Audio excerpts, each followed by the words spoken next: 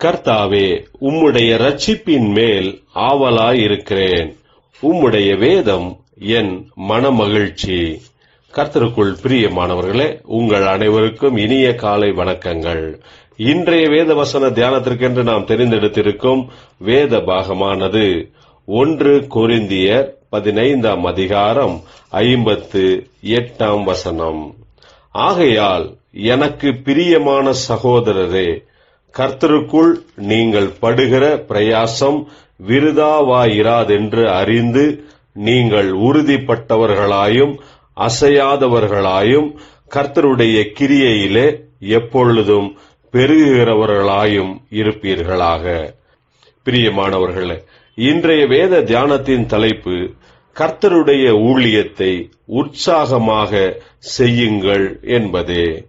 அப்போஸ்தலனாகிய பவுல் கொரிந்திய சபையாருக்கு இயேசு கிறிஸ்துவினுடைய சிலுவையில் அடங்கியுள்ள ரகசியத்தையும் அதனுடைய ஜெயத்தையும் பற்றி விவரமாக எடுத்து சொல்கிறார். மரணம் என்பது மனுக்குலத்தின் கடைசி சத்ருவாகும்.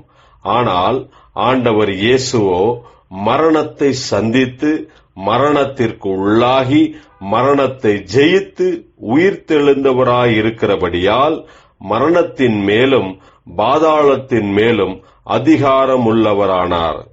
ஆண்டவராகிய இயேசு கிறிஸ்துவின் மேல் விசுவாசம் உள்ளவர்களாகிய நாம் கர்த்தருக்குள்ளாக நாம் செய்கிற எல்லா கிரியைகளும் அது வீணாய் போவதில்லை.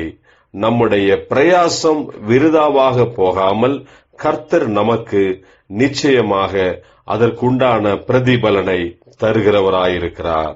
ஆண்டவராகிய இயேசு கிறிஸ்துவின் மரணம் உயிர்த்தெழுதலினால் பிதாவாகிய தேவன் கிறிஸ்துவுக்கு எல்லா அதிகாரத்தையும் கொடுத்திருக்கிறது போல கர்த்தருடைய ஊழியத்தை செய்கிற நமக்கும் தேவன் நன்மையான ஆசீர்வாதங்களை நிச்சயமாக தருவார். ஜெபிப்போம். ஜீவனுள்ள தேவனே, உம்முடைய நாமத்தினால் உமக்கென்று நற்கிரியைகளை செய்யும்படிக்கு எங்களுக்கு கிருபையையும் பலனையும் தருவீராக. இயேசு கிறிஸ்துவின் நாமத்தில் ஜெபிக்கிறோம் நல்ல பிதாவே, ஆமேன்.